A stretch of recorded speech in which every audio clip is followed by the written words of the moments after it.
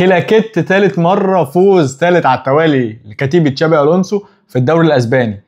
ريال يحقق مكسب على ريال مايوركا 2-1. حتى بعد تقدم مايوركا برأسية موريكي في بداية الشوط الأول شفنا لعب مغاير تماما من ريال مدريد، شفنا حركة، شفنا سرعة، شفنا مهارة من فينيسيوس، وشفنا لعب تعاوني وكرات ثابتة لريال مدريد عشان ريال مدريد يحقق أول هدف ليه من كرة ثابتة.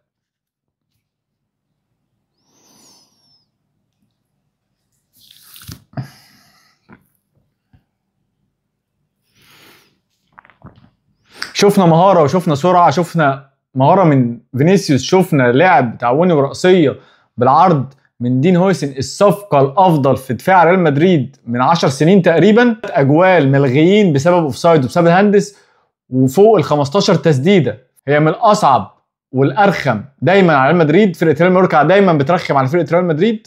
وليك في ماتش الافتتاح السنة اللي فاتت عبرة، الدفاع استقبل اول هدف ليه في الدوري من كورنر، وكأن مدرب ريال مدريد مكتوب عليه، اي مدرب يهاجي مره ريال مدريد مكتوب عليه ان يبقى عنده مشاكل مع الكرات الثابته والكورنرات، ودي لازم الونسو يحط ايده عليها ولازم يشوف لها حل. لان انا تقريبا من 3-4 سنين وانا بلبس اجوان من الكورنرات، مع ان لعيبتي كلها طوال، يعني اذا كان روديجير او ميليتاو او دين هويسن دلوقتي، تشاوميني وكارفاخال حتى وهو كويس، وتشاوميني وبيلينجهام وفالفيردي، وعندي لعيبه طويله كويسه جدا انها تقدر تتعامل مع الكورنرات. لا، دايما بلبس اجوان من كورنرز، ودايما بيبقى في سرحان كده، لدرجه ان في الشوط الثاني لقيت موريكي ماسكه ابراهيم دياز. الماتش بقى بعد ما انت ضيعت كتير واتلغى لك 3 اجوال اتصعب عليك، ولما يتصعب عليك يبقى المفروض لعبك التعاوني والجماعي يبقى اسرع، وده اللي شفنا عكسه في الشوط الثاني. شفنا انانيه كبيره جدا من كيليان امبابي. الراجل انا عارف ان انت مهم ان انت تسجل جدا كل ماتش، وعارف ان انت دايما عايز تبقى هداف الفريق، ودي هتجيلك كده كده لوحدها. رونالدو في عز ما كان هداف الفريق كان بيبقى عامل اسيستات كتيره جدا على مركزه، وده بسبب انه كان لعبه كتير قوي تعاوني، وده بسبب ان رونالدو في عز ما كان بيبقى وحش كان بيلاعب برضه زمايله وده بسبب ان رونالدو دايما لو كان وحش او كانت مع انديه كان دايما بيلاعب زمايله معاه. جات له كوره يديها رودريجو ما بيديهاش، جات له كوره ممكن يديها لابراهيم دياز ما بيديهاش. مبابي لازم يتعلم حاجه كويسه جدا من بنزيما، لازم يتعلم لما يبقى يومه وحش ومش ماشيه معاه يلعب للفرقه اكتر واكتر، يطلع رودريجو، يطلع فيني، يطلع ابراهيم دياز.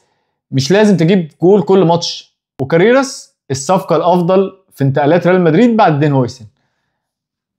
اخيرا لقينا باك شمال فاهم واعي، بيعرف يلعب كوره، بيعرف يغطي امتى، بيطلع كوره من تحت العارضه بالظبط، وابتدى كده يعني زي ما بنقول بلغه الكوره لسه بيستوي جوه الفرقه، وبيصدق في قراراته وبيصدق حتى في امكانيات اللي عنده. وماتش كويس جدا لاول مره من ارنولد بيطلع كوره من على الخط، فرصه صعبه جدا. اول مره اشوف ارنولد كده مكمل لحد خط الجون مع المدافع وبيرخم عليه، ولو ما ارنولد ما كانش موجود كانت الكوره دي جون طبعا. كويس جدا ان انت تطلع ب9 نقط في اول 3 ماتشات قبل توقف الدوري. ناخد نفسنا بقى كده ونرجع نشوف مشاكلنا اللي لسه الريال ما دورش المكنه على الرابع. لما الفرقه ماشيه في انتصارات وماشيه في مكسب ده يطمنك، ريح قلبك على مشروع الونسو، ويديك ثقه اكتر، ويدي للجماهير ثقه اكتر، ويدي للعيبه ثقه في نفسها ان الدنيا ماشيه والدنيا تمام. والمهم جدا ان رودريجو قاعد بعد انتهاء تقريبا خلاص الانتقالات الصيفيه، ورودريجو هيفضل حل مهم جدا لفينيسيوس ومرقعه فينيسيوس، وهيفضل حل مهم جدا لالونسو